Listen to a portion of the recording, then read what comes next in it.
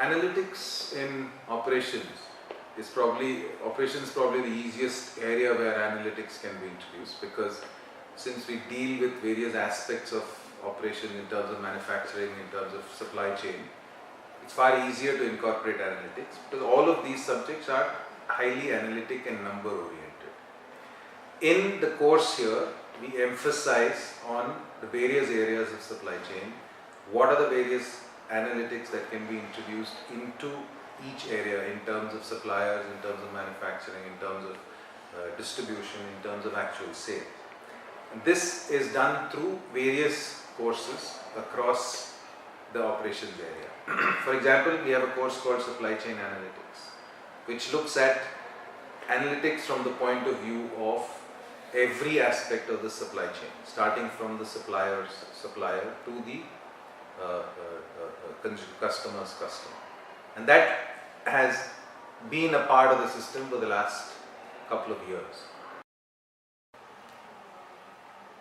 I think from an operations perspective, students would be required to pick up skills that are more towards execution and implementation, because the thrust areas in operations are largely towards getting things done. Therefore, the skills are mostly to do with something practical and what is really implementable on the ground. That's what we would like to impart to students. Before I go into explaining the role of operations, let us consider business as a value creating activity so that business can realize the revenue and thereby the profit. Coming to the management, it involves all functional areas, and one such functional area is the operation.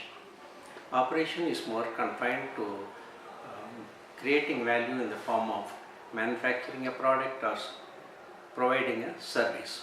It includes both manufacturing and services.